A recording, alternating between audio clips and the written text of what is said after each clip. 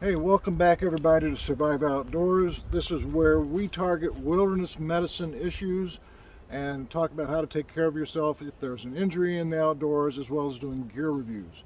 Today we're focusing on Lyme disease symptoms, and I'm going to take you from the beginning, the bite, all the way to stage 3, so you know what to look for. And I'm going to be battling these flying midges today, that is for sure, and that's what those are. That's another video coming up.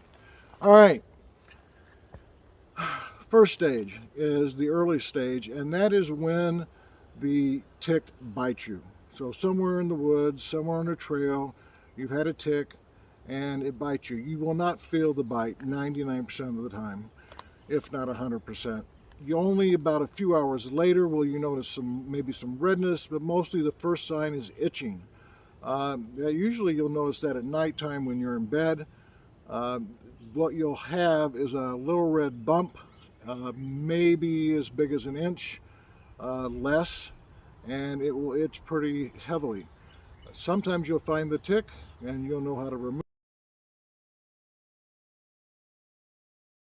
remove that. That's in another video.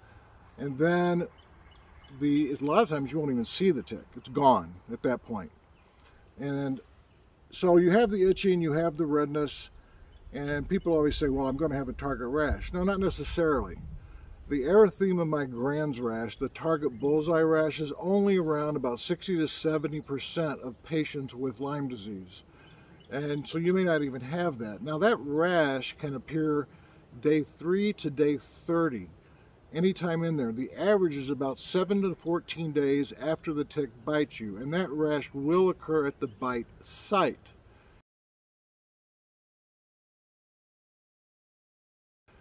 However, there's an addendum. About 20% of people, 15 to 20%, will get something called a disseminated rash. So they'll get the initial bullseye rash, and then they may get many other rashes that are oval shaped on their back, stomach, leg. And that's rare. I've only seen one case in 40 years where they had the disseminated rash. I want to tell you that in medicine, nothing's 100%. All strep throats are not red throat with white spots. Same thing with Lyme disease. It is not just textbook. Just because you have a rash and it looks circular doesn't mean it's Lyme. So it's really important that you understand that in medicine, it's not all the time exactly like the textbooks say. So this early stage usually is about a month. Now there's 3 stages, and sometimes these stages overlap. That's not uncommon. Stage 2 is called the early disseminated stage of the disease, and that's usually greater than a month, but it could start in 3 weeks, it could start in 2 months, and that usually goes to about a year.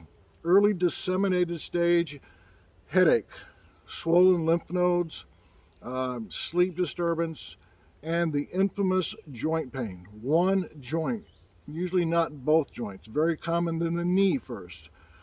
So you can have the headache, maybe some dizziness, and sleep disturbance. Children, not uncommon to get a fever. Just this week, 39-year-old female, no trauma to her knee, just excruciating pain to her knee, killing her. Comes into the clinic, it's not red, it's not swollen, has no idea why it hurts, has never hurt her knees in high school, has no idea what it is. I asked the question, have you been bitten by a tick?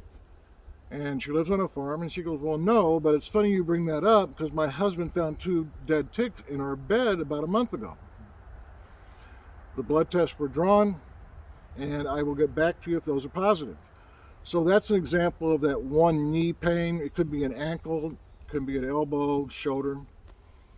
Next is stage 3, the late disseminated phase, and that can be a year or greater. Now, in that stage, you're going to get some of the chronic symptoms, and these are the ones that can be really intense. You can have just chronic headaches, cardiac problems, something called a 3rd-degree heart block. That has nothing to do with the arteries. It has to do with the nervous system of the heart, the electrical conduit that makes our heart pump. You can get that. You can get meningitis with severe headache there, obviously. Something called acrodermatitis chronica atropicans. That is one heck of a name. That is like a cigarette papery skin on the feet and hands.